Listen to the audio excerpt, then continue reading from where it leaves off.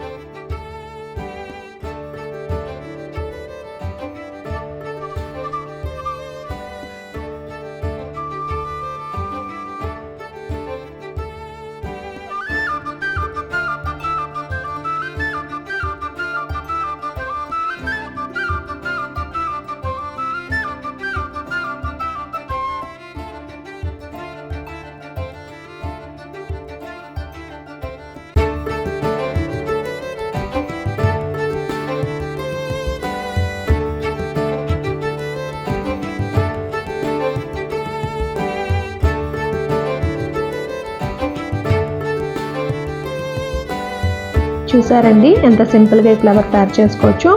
And చాలా అందంగా ఉంది కదా.